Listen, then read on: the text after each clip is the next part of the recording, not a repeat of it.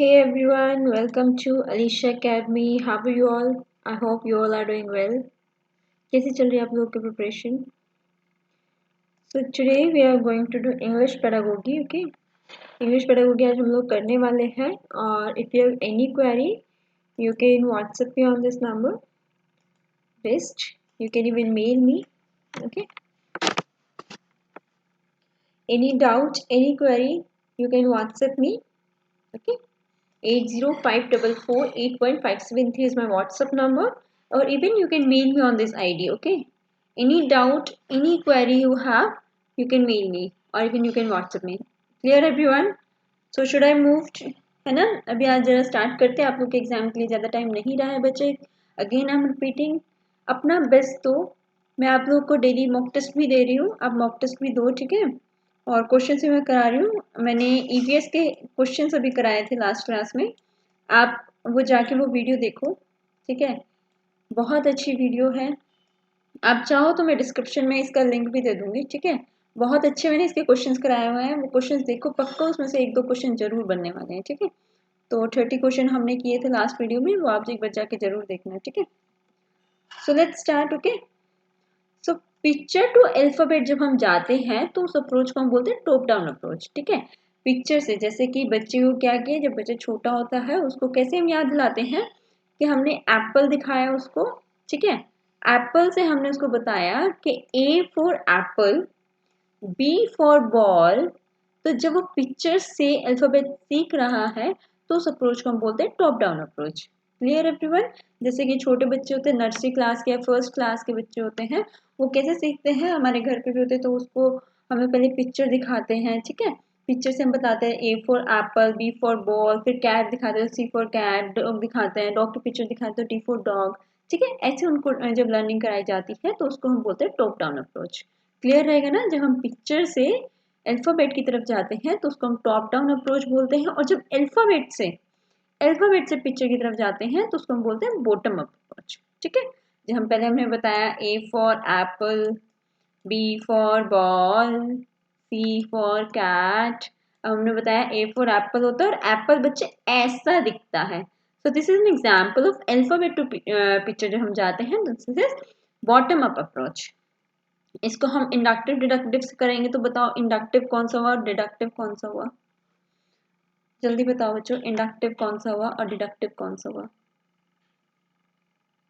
Very good. Inductive कौन सा है? ये जो पिक्चर से हम उस पे जा रहे हैं अल्फाबेट पे, कि हमने पहले एग्जाम्पल टू जब हम रूल जाते हैं तो दैट इज इंडक्टिव. एग्जाम्पल से रूल पर जा रहे हैं तो वो क्या हुआ? इंडक्टिव, ठीक है? और जब हम रूल से एग्जाम्पल पे आते हैं तो that is an deductive approach. ये कौन सी हुई? डिडक्टिव अप्रोच हुई. Clear everyone? ठीक है. और जब हम किसी पर्टिकुलर सब्जेक्ट की बात करते हैं, when there is a particular subject, तो उसको बोलते हैं लैंग्वेज अक्रॉस द करिकुलम, ठीक है? Language across the curriculum. Language across the curriculum एक मॉडर्न अप्रोच है लर्निंग का, ठीक है? इसके according language across the curriculum approach जो है, इसके अकॉर्डिंग जो लैंग्वेज लर्निंग है ये अकर होनी चाहिए throughout the school hours in the language classroom as well as another subject classroom, ठीक है? इट एम्स टू इन्फ्यूज, इसका एम क्या है? इन्फ्यूज करना फॉरेन लैंग्वेज को अक्रॉस द करिकुलम, ठीक है? It integrates language learning and content learning. ये integrate, what do you mean by integrate? Integrate मतलब मिलाता है, ठीक है? दोनों का मेल कराता है. Language learning plus content learning जब होती है तो वो होता है लैंग्वेज अक्रॉस द करिकुलम, ठीक है? लैंग्वेज अक्रॉस द करिकुलम एक ऐसी अप्रोच है लर्निंग की जो फोकस करती है कि आपकी लैंग्वेज की प्रोफिशिएंसी है उसको इम्प्रूव करना है हर एक सब्जेक्ट की, ताकि जो बच्चे की लर्निंग आउटकम है उसको एनहेंस किया जाए, ठीक है? लैंग्वेज अक्रॉस द करिकुलम एक मॉडर्न अप्रोच है लैंग्वेज लर्निंग का, और इसका मेन एम क्या होता है? इसका मेन एम होता है कि बच्चे की लैंग्वेज की प्रोफिशिएंसी को इंक्रीज करना, ताकि एक अच्छा आउटकम हम उससे निकाल सके, ठीक है? और ये इंटीग्रेट करता है लैंग्वेज को भी और कंटेंट लर्निंग को भी, ठीक है? अगर आ जाता है लैंग्वेज अक्रॉस द करिकुलम, ठीक है? लैंग्वेज अक्रॉस द करिकुलम में ये लैंग्वेज लर्निंग भी कराता है प्लस कंटेंट लर्निंग भी है, ठीक है? इससे हमारी प्रोफिशिएंसी जो है लैंग्वेज लर्निंग की वो इंक्रीज होती है, ताकि हमारा आउटकम अच्छा आ सके। ठीक है, क्लियर एवरीवन। अब next is electric language. Electric approach क्या होती है? इलेक्टिक अप्रोच जो है कंबाइन करती है दो या दो से ज्यादा टेक्निक को। दो से ज्यादा टेक्निक का मतलब क्या है आपकी? What is technique here? What do you mean by technique here? Technique is a method of teaching. Okay, what is technique here? Technique is method of teaching. Method of teaching. तो आपके दो या दो से ज़्यादा मेथड ऑफ टीचिंग को combine करके जब आप कुछ लर्निंग या फिर आप कुछ जो टीचिंग कर रहे हो उसको हम बोलते हैं इलेक्टिक अप्रोच। इलेक्टिक अप्रोच दिया किसने था? इलेक्टिक अप्रोच जो हैरोल्ड पाल्मर ने निकाला था 1922 में। ठीक है, इसको हम बोलते हैं complete method. It is also known as a complete method. Okay, इतना ज़्यादा करने की नीड नहीं है, बस इतना याद रखना कि इलेक्टिक मेथड जो है हैरोल्ड पाल्मर ने दिया था 1922 में, इसको हम कंप्लीट मेथड बोलते हैं। Eclectic way is the two or more approach to teach language. Okay, दो या दो से ज़्यादा जब हम टेक्निक यूज़ करते हैं किसी भी लैंग्वेज को या फिर किसी भी सब्जेक्ट को एक्सप्लेन करने के लिए, तो वो होता है इलेक्टिक वे। अच्छा, टीचिंग ऑफ मेथड में क्या कह रही हूँ, जैसे कि मेरे बच्चों का मतलब आपका वे ऑफ लर्निंग कैसा है, आप स्लो लर्नर हो, फास्ट लर्नर हो, कौन सा मैं सब्जेक्ट पढ़ा रही हूँ उसके अकॉर्डिंग जाना। ठीक है, तो वो सब होते हैं टेक्निक्स। ठीक है, इलेक्टिक अप्रोच एक ऐसा मेथड है लैंग्वेज लर्निंग का या फिर टीचिंग का जो कंबाइन करता है बहुत सारी अप्रोचेस को और मेथोडोलॉजीज को to teach a language depending on the aim of lesson. जो कि डिपेंड किस पे करते हैं कि लेसन का एम क्या है, which subject we are teaching, which subject we are or which chapter we are teaching, the aim of the lesson and the abilities of the learners, that कि बच्चों की लर्नर्स की जो एबिलिटी क्या है, स्लो लर्नर है, fast learner है, chapters कैसा है। ठीक है, ये सब भी डिपेंड करता है। इस अप्रोच में जो टीचर है वो ज़्यादातर फ्लैक्सीबल होना चाहिए और अडेप्टेबल होना चाहिए टू चूज है कि वो बेस्ट एलिमेंट चूज कर सके according to the need of the student, need and aim of the student. बच्चों की नीड और एम के अकॉर्डिंग जो टीचर है वो फ्लेक्सिबल और अडेप्टेबल होना चाहिए कि वो बच्चों की नीड और सिचुएशन के और नीड और एम के अकॉर्डिंग वो अपने मेथड्स को चेंज कर सके। ठीक है, different teaching methods are borrow. Different teaching methods को हम बोरो करते हैं और अडेप्ट करते हैं to suit the requirement of learner. बच्चे की रिक्वायरमेंट क्या है, बच्चे की नीड क्या है। ठीक है, तो डिफरेंट डिफरेंट मेथड्स हम यूज करते हैं और ये हमारे जो मोनोटोनी है क्लास में वो ब्रेक करता है। What do you mean bye monotony here? Monotony is a mono, what do you mean bye mono? Mono is single. ठीक है, तो सिंगल वे ऑफ टीचिंग जो है इसको ब्रेक करता है। ठीक है, तो मोनोटोनी जो है क्लास में उसको ब्रेक करते हैं। They are varied approaches and methods used for language teaching. Okay, eclectic approach is the multiple language और मल्टीपल अप्रोच। ये दोनों मेथड को यूज करते हैं, इंडक्टिव और डिडक्टिव। इंडक्टिव डिडक्टिव मेथड क्या होती है मैंने पहले ही एक्सप्लेन कर दिया है। ये स्लाइड क्लियर है बच्चों? What is inductive, what is deductive, what is language across the curriculum, what is electric approach, who gave the electric approach. Okay, one more thing, ये बहुत इंपॉर्टेंट है। अगर क्वेश्चन ऑप्शन में कंटेक्स्ट वर्ड दिया है तो 90% जो है वो वाला ऑप्शन करेक्ट, 98% ऑप्शन के करेक्ट होने का चांस है। ठीक है, if there is a word of context in the option then there is a 98% of chance to correction of that question or the answer. Okay, ये मैंने एनालाइज किया है पीवाईक्यूज को, उसके बेसिस पे ये आपके लिए नोट दिया है। ठीक है बच्चों, क्लियर है ना? या टॉप डाउन अप्रोच क्या होती है, बॉटम क्या होता है, लैंग्वेज अक्रॉस करिकुलम क्या होता है, इलेक्टिक अप्रोच क्या होता है, what is inductive, what is deductive, who gave the electric approach. ठीक है, ये सब क्लियर है ना? नेक्स्ट पे मूव करो। अब लैंग्वेज अक्रॉस द करिकुलम का जो पूरा अब क्या क्या है, व्हाट एक्चुअली LAC, अब ये हम पढ़ेंगे। व्हाट आर इट्स एम क्या है, ठीक है, उसका कंसेप्ट क्या है, किस चीज पे फोकस किया है, क्या आउटकम आता है। ठीक है, लैंग्वेज अक्रॉस द करिकुलम एक बहुत पुराना एजुकेशन सिस्टम है, a means of bridging the barriers between the content knowledge and the language। ठीक है, ये सिंप्लीफाइड करता है एक की needs to understand the language before one can record the science in the knowledge presented. ये specialised language है, technical vocabulary यहाँ पे टेक्स्ट टाइप है और इलस्ट्रेशन जो है वो अनलॉक की गई है for the acquisition to be enhanced. Focus किस पे किया है कि लैंग्वेज स्किल्स क्या है, स्किल्स ऑफ लैंग्वेज। जैसे स्किल्स में क्या क्या आते हैं, लैंग्वेज स्किल्स ऑफ लैंग्वेज क्या है, रीडिंग, राइटिंग, लिसनिंग और speaking. There are 4 skills of language, that is reading, writing, listening and speaking. Okay, all non verbal means, जितने भी नॉन वर्बल मीन्स हैं रिप्रेजेंट करने के या फिर एक्सप्रेशन के, when we use to and we use when communicate, जहाँ हम communicate कर रहे हैं और हमारा जो presentation है, जो हमारा expression is the normal non verbal, okay. आपके जो expression होते हैं वो non verbal होते हैं, ठीक है। ये हमारा क्या enhance करता है, हमारी knowledge की acquisition कितनी है, interrogation of knowledge, expression presentation of knowledge in writing और spoken form, critical thinking को enhance करता है, reading और writing को, ओके। एम क्या है लैंग्वेज अक्रॉस करिकुलम का, ये सपोर्ट करता है लैंग्वेज डेवलपमेंट को सपोर्ट करता है हर एक लर्नर में, सारे डोमेन्स में, ठीक है। All domains of language use in each learning activity in school, enhance करता है आपकी नॉलेज एक्विजिशन को थ्रू अवेयरनेस लैंग्वेज यूज। ये क्रिएट करता है एक link between the language learning process, आपकी अवेयरनेस को एनहेंस करता है, ठीक है। क्रिटिकल रीडिंग और को डेवलप करता है, राइटिंग को और लर्निंग को। ये लर्नर्स को फीडबैक भी देता है उनकी प्रोग्रेस के बारे में, ठीक है। लैंग्वेज एक ऐसा टूल है, कंसेप्चुलाइजेशन कंटेंट है और नॉलेज है। ये expression one self accordingly is a rational academic style जो कि बेस्ड है सब्जेक्ट स्पेसिफिक कन्वेंशंस और रजिस्टर्स में। ये सब जो हमने ऊपर पढ़ लिया है वही है। इलस्ट्रेशंस में क्रिटिकल लैंग्वेज अवेयरनेस, वर्ड की फॉर्मेशन, कीवर्ड्स को देखना, pointer, subject speak versus verse language use, ठीक है।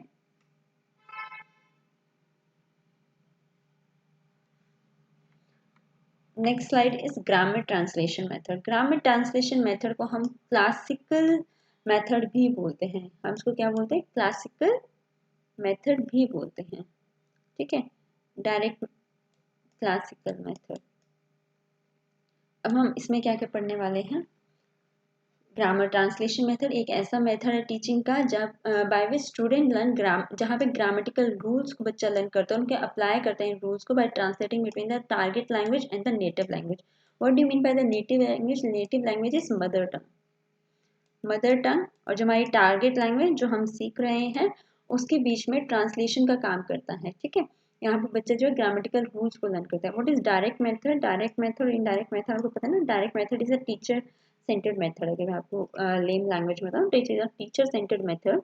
इन दिस इस मेथड में जो टीचर है reference from the using the students native language and the target language is directly used for the teaching all. और जो टारगेट लैंग्वेज है ये बच्चों को डायरेक्टली पढ़ाने का काम आता है उसके स्किल्स में, listening, reading, writing and speaking, okay. इतना याद रखना, direct method as teacher centred, teacher centred. So the structural situational approach, इस अप्रोच में जो टीचर है वो पढ़ाता है language through a careful selection, gradation and presentation of vocabulary item और structure through situational based activity. मतलब स्ट्रक्चर्स को जो है सिचुएशन के अकॉर्डिंग पढ़ाता है। जैसे कि हमें समझ में आ रहा है यहाँ पे कि स्ट्रक्चरल सिचुएशनल अप्रोच, सिचुएशन के अकॉर्डिंग वो अप्रोच लगाता है। सिचुएशन का मतलब क्या है कि लर्नर क्या है, लर्नर की नीड क्या है, लर्नर की रिक्वायरमेंट्स के अकॉर्डिंग, ओके, टीचर जो है टीच करता है। ऑडियो विजुअल मतलब कि हमें सुन के, ऑडियो सुन के या फिर सुनते हुए भी और वीडियो देखते हुए भी सीखना। बायलिंगुअल, दो लैंग्वेज, ठीक है। कम्युनिकेटिव लैंग्वेज टीचिंग, CLT एक ऐसी अप्रोच है जो oral method of teaching है and it aims developing communicative competence in students. CLT is oral method, okay. Communicative बोल के, CLT is oral method, okay. Total physical response, physical activities करके। Silent वे, silently हम जब teacher उसके gesture या फिर उसके स्टूडेंट के अटेंशन पे जो फोकस करते हैं, combination of silence and gesture of to focus student attention. अब नेक्स्ट हमारा है लर्निंग डिसेबिलिटी। लर्निंग डिसेबिलिटी क्या है? लर्निंग डिसेबिलिटी एक ऐसा learning disability effects the brain, ये ब्रेन को इफेक्ट करता है टू रिसीव, एनालाइज और स्टोर अ न्यू इन्फॉर्मेशन, ठीक है। ये जो डिसेबिलिटी है ये हार्डर है किसी पर्सन के लिए to be able to learn with the same ease as someone as with, जो पर्सन डिसेबल्ड है उसके लिए बहुत टफ है, बहुत हार्ड है कुछ भी रिसीव करना जो कि एक नॉन डिसेबल्ड पर्सन कर सकता है, ठीक है। कितने टाइप की होती हैं learning disability? First is auditory processing. Auditory processing जो है हियरिंग प्रॉब्लम का होता है, जिसमें कि हमारा ईयर और ब्रेन जो है कोऑर्डिनेट नहीं कर पाते हैं। ये normally 3 to 5% school age children में होता है, ये हियरिंग प्रॉब्लम के लिए, ठीक है। डिसकैल्कुलिया इज मैथ्स, जिसमें मैथ्स जो नहीं कर पाता है, ठीक है, मैथ्स से रिलेटेड। डिसग्राफिया मतलब मैथ्स मतलब कैलकुलेशन, गॉट इट, कैलकुलेशन में जिसको प्रॉब्लम आती है कैलकुलेशन, वो आता है dyscalculia. Calculia is calculation, ऐसे आप याद कर सकते हो। ग्राफिया, ग्राफ से आप राइटिंग में, जिसको लिखने में, हैंड राइटिंग लिखने में प्रॉब्लम है, that is dysgraphia. Dyslexia is reading, dyslexia किसका है, रीडिंग का है। डिसग्राफिया राइटिंग का, calculia calculation, maths, auditory, auditory is सुनना, ठीक है, hearing problem. So next is non verbal, जो बोल नहीं सकता, ठीक है, जिसको बोलने में प्रॉब्लम है। Motor deficit, motor deficit is physical problem, okay. Now next is Samuel Alexander Kirk ने रेफर किया है father of special, okay, father जो स्पेशल एजुकेशन के जो फादर थे वो कौन थे, सैमुअल अलेक्जेंडर क्रिक, जो कि एक अमेरिकन साइकोलॉजिस्ट थे और एजुकेटर थे।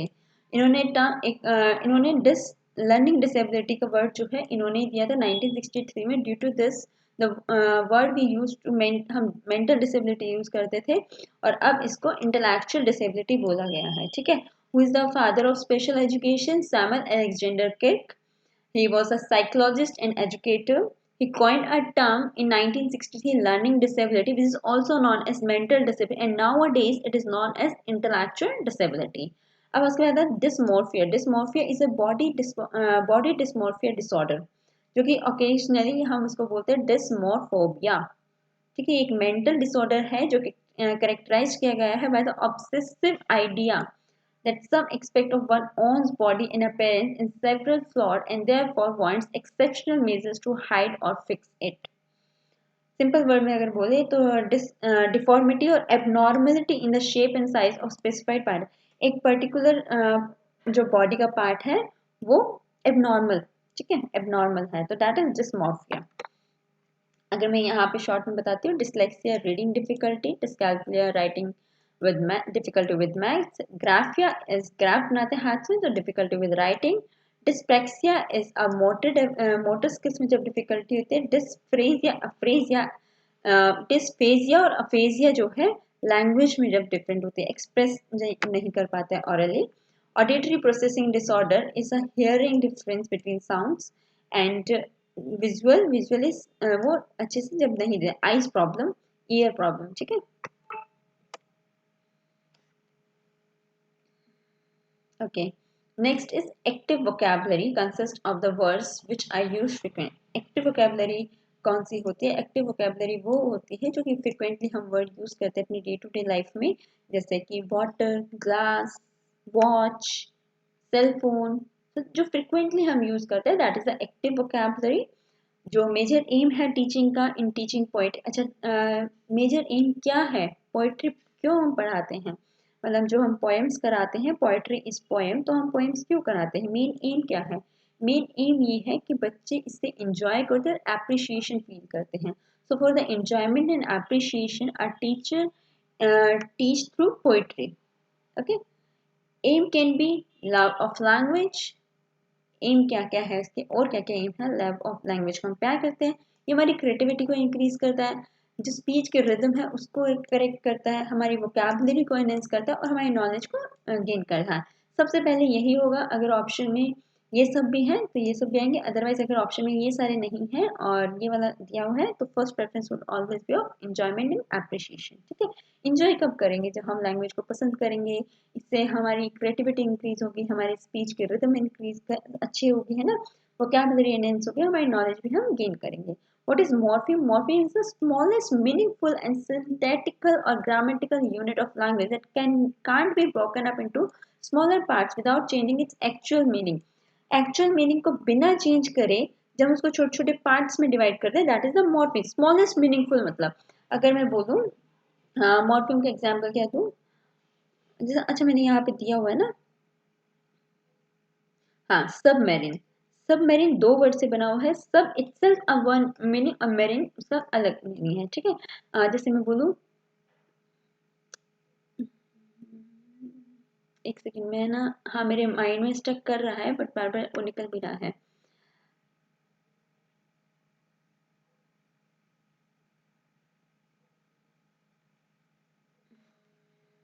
एक सेकंड, जो मेरे दिमाग में आएगा तो मैं बताती हूँ। Love word is a morpheme and eliminate any character such as E will be meaningless. Morpheme. अच्छा, मॉर्फिन किसने दिया है? बॉडेन डी कार्टने ने। मतलब मॉर्फिन का मतलब है कोई दो वर्ड से एक वर्ड है जो दो वर्ड से जुड़ा हुआ है, अगर हम अलग भी करें तो दोनों का डिफरेंट डिफरेंट मीनिंग भी होता है। ओके, आइसक्रीम है ना, आइसक्रीम इटसेल्फ वन वर्ड है ना, बट अगर मैं इसको ब्रेक भी कर देती हूँ तो दोनों का अपना अपना अलग अलग मीनिंग। आइस इज बर्फ, क्रीम इज क्रीम, है ना, आइसक्रीम। वैसे तो दोनों एक साथ है, बट अगर मैं ब्रेक कर देती हूँ तो दोनों का इटसेल्फ भी खुद मीनिंग होता है। स्मॉलेस्ट मीनिंगफुल वर्ड्स, ठीक है। Phoneme, phoneme is the smallest unit of sound, that is the smallest meaningful word, and the phoneme is smallest unit of sound that can distinguish one word from the another, एक particular एक word को दूसरे से जो अलग करती है। Grapheme, grapheme the smallest written segment of language. In this field of linguistics, a grapheme could include written marks such as comma or a period, because ये imply करते हैं एक meaningful words, ठीक है। Semantic is meaningful. Syntax is structure, structure is rules, जहाँ पे sentence यहाँ पे system of rules, इसको हम structure से भी हम कर सकते, ठीक है। Structure, syntax is structure.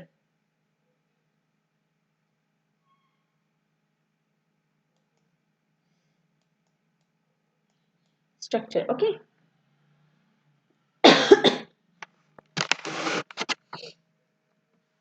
कुछ बेसिक फैक्ट्स हैं, इन्हें कर लेते हैं। Full form of BICS, full form of BICS is basic interpersonal communicative skill. Realia is real things, real objects, जो हम टीचिंग एड्स में यूज करते हैं। रियलिया जो है दोनों हो सकता है, इससे क्वेश्चन आया हुआ बच्चे, ठीक है, दिस इज इम्पॉर्टेंट, इसलिए मैंने इंपॉर्टेंट फैक्ट्स लिखे हैं। रियलिया जो है फिजिकल और वर्चुअल दोनों हो सकते हैं, as long as it is something use in real word, जो हम रियल वर्ड में यूज करते हैं वो चीज होती है रियलिया। मल्टीलिंगुअल क्लासरूम, जहाँ पे every child feel secure and accepted, ठीक है। मल्टीलिंगुअल जहाँ पे हर एक बच्चा अपने आप को सिक्योर और एक्सेप्टेड फील करता है, हर एक कल्चर के बच्चे जहाँ आते हैं। जैसे हमारी क्लासरूम, हमारे यहाँ पे Muslims, Hindu, Punjabis, Christian, Buddhism, every culture students are included in our class, ठीक है। तो that is multi language, multi language, ठीक है। तो यहाँ पे हर एक बच्चा अपने आप को सिक्योर और एक्सेप्टेड फील करता है, ठीक है। Phonological is related with sound. Phone is, मैंने कैसे किया था मैं बता देती हूँ। फोन, फोन से हमें क्या आती है? साउंड। तो phonological always be related with the sound, okay, it is always related with sound.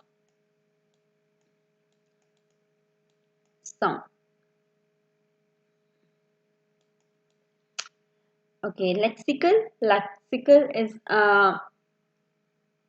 language, lexical or content is language. Pragmatism, practical language, language always used as a resource, and literature for children is considered as authentic source. ये तो मतलब basic है, आप कर लोगे। ये grammar वाला part हम कल करेंगे। Thank you everyone, thank you so much for watching our class. Do share, like and subscribe my channel, okay. else you have any query, you can WhatsApp me on this number or even you can mail me on this ID. Rest मैंने काफ़ी सारे mock test भी provide किए हुए हैं, PDFs की हुई हैं, आप उनको गो थ्रू करो, you'll definitely crack your exam. Okay, thank you everyone.